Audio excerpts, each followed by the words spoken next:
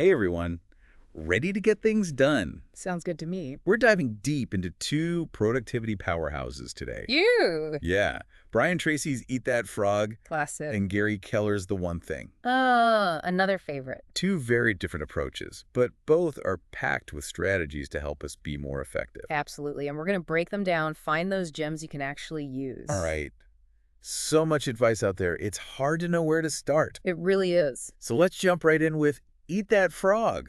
Right. Love that book. The title itself, pretty catchy, right? No kidding. It grabs your attention. But does it really mean we should be tackling the hardest thing first thing every morning? Well, that's the core idea. Like literally first thing? Yeah. The frog is that task you're dreading, the one you're most likely to put off.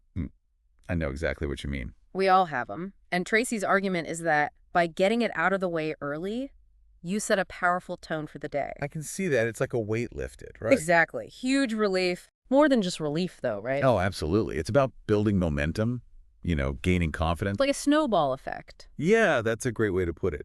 In fact, Tracy talks about a sales manager who used this method with his team. Really? What happened? Their productivity shot up, How much? like 20%. Wow, 20%. That's significant. It is. He had them prioritize those tough sales calls first thing, and boom, results. Makes you think, huh? It does.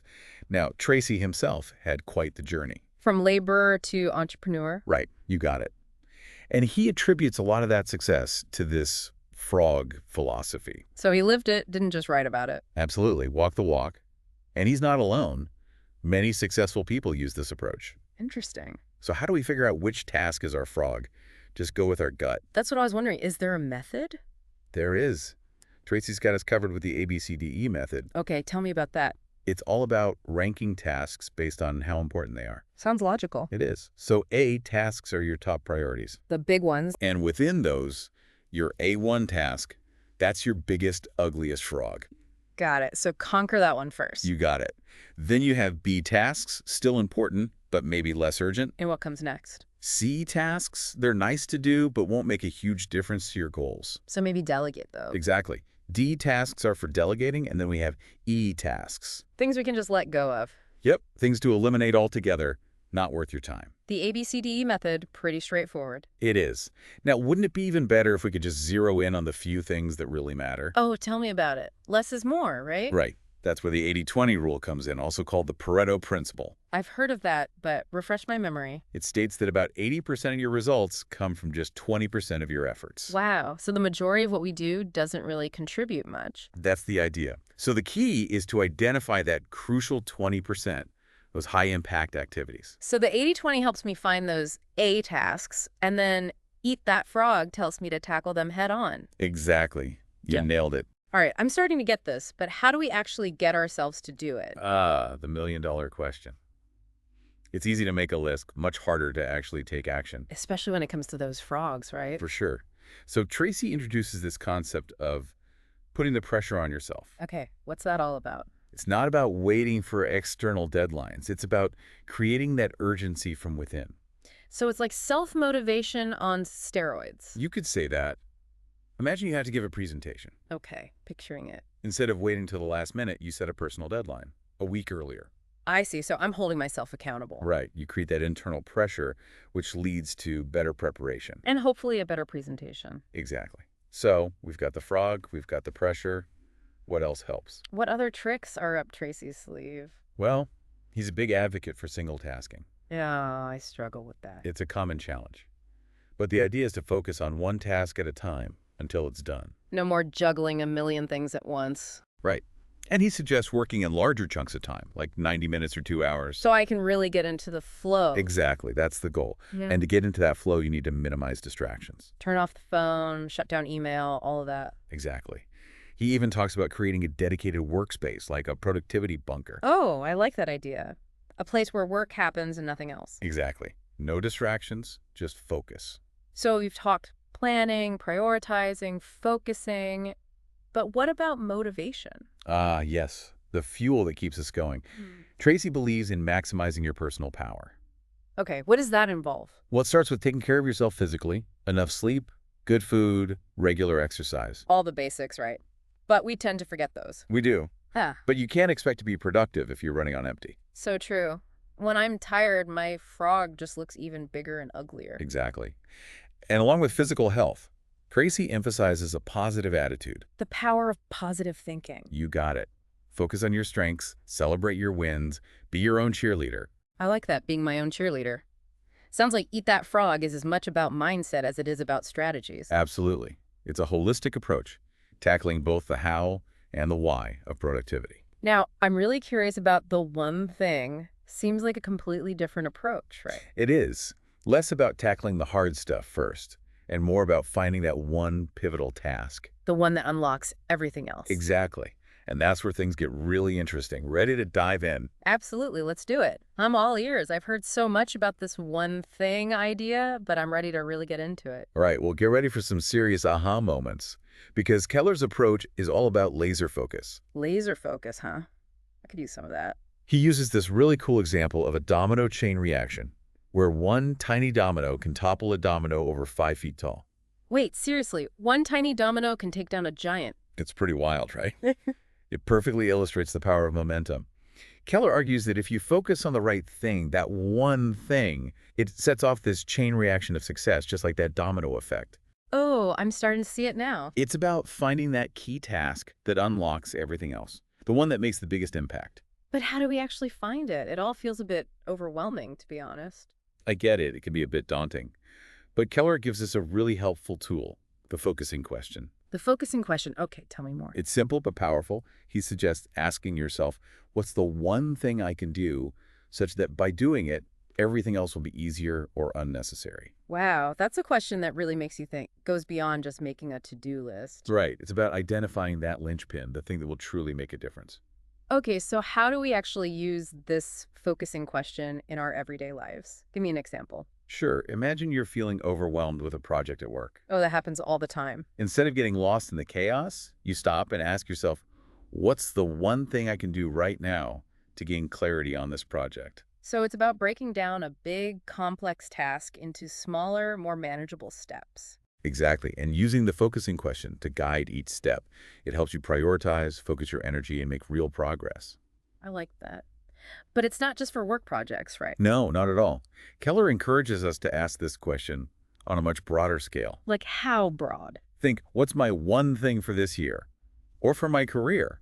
Even for my relationships? Wow, that's powerful stuff. Really forces you to think about the big picture. It's about setting your compass and making sure you're heading in the right direction. But is it really realistic to always focus on just one thing? Don't we have to juggle multiple things at once? Keller acknowledges that, but he emphasizes having that clear priority, that one thing that will have the biggest impact overall. I see. So it's more about having a main focus. Exactly. And he addresses a common misconception about multitasking. Oh, I'm a chronic multitasker. Tell me why I should stop. Well, he compares our brains to computer processors. Okay, interesting analogy. Just like a computer struggles to run multiple programs efficiently, our brains aren't wired for true multitasking. That makes sense. When I try to do too many things at once, I just end up feeling scattered. Exactly. And research shows that multitasking can reduce productivity by up to 40%. 40%. That's huge. It is. It leads to more mistakes, poorer decisions, Yeah.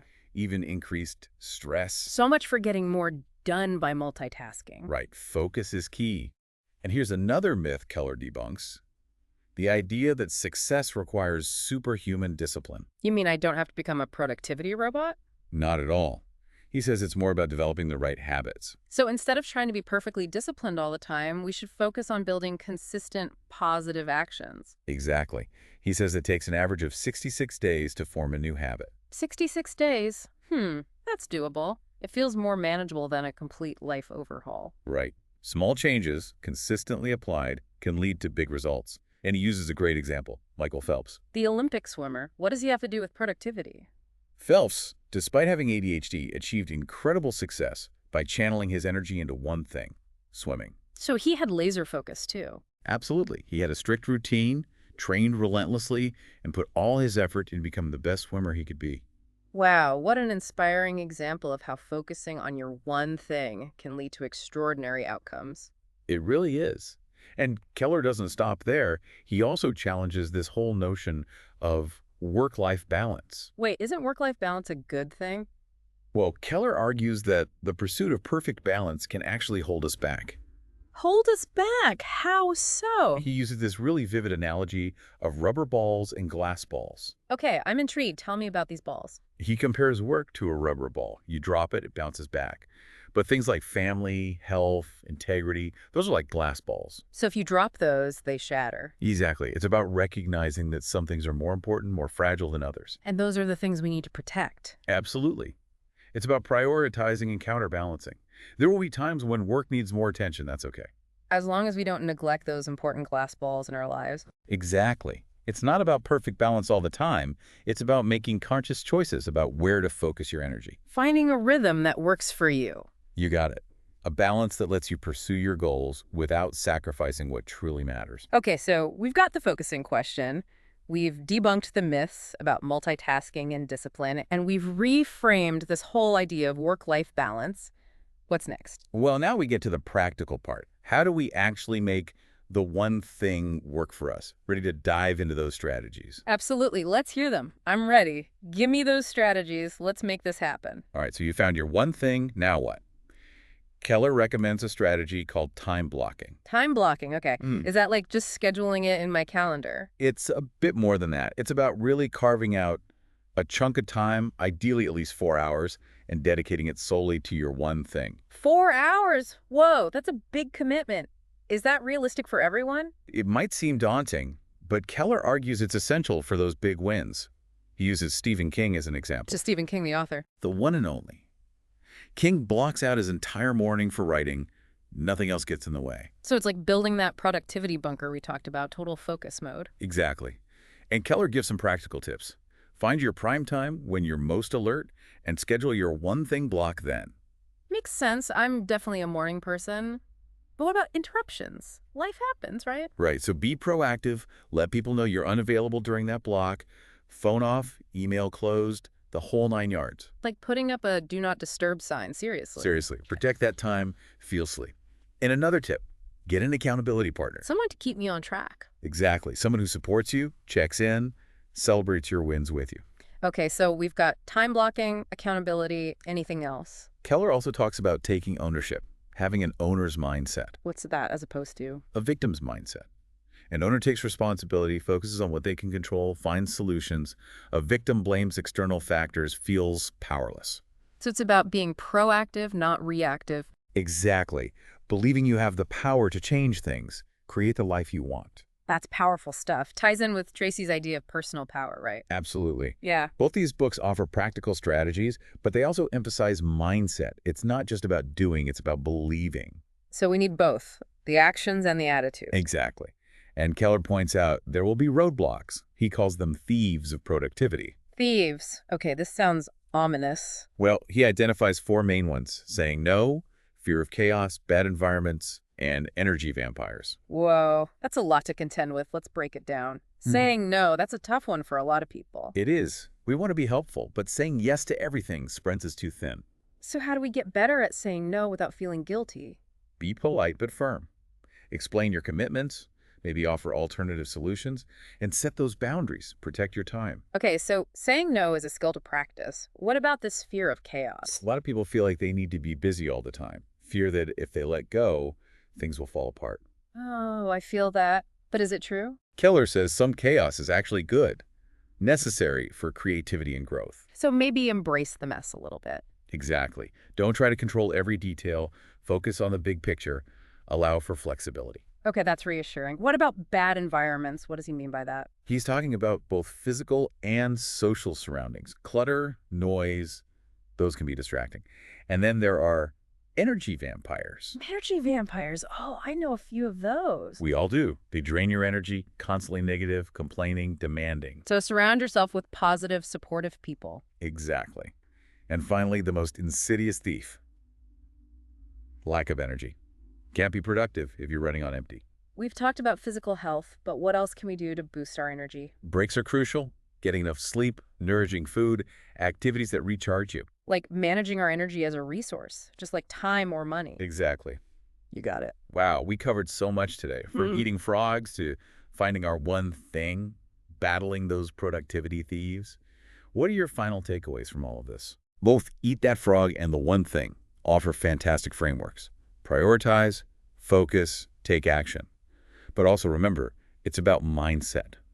Believe in yourself. Embrace challenges. Own your outcomes. Action and attitude, both crucial. Absolutely. It's a journey. There will be bumps, but by consistently applying these principles, you can achieve amazing things. That's inspiring. Thanks for sharing all this with us today. My pleasure.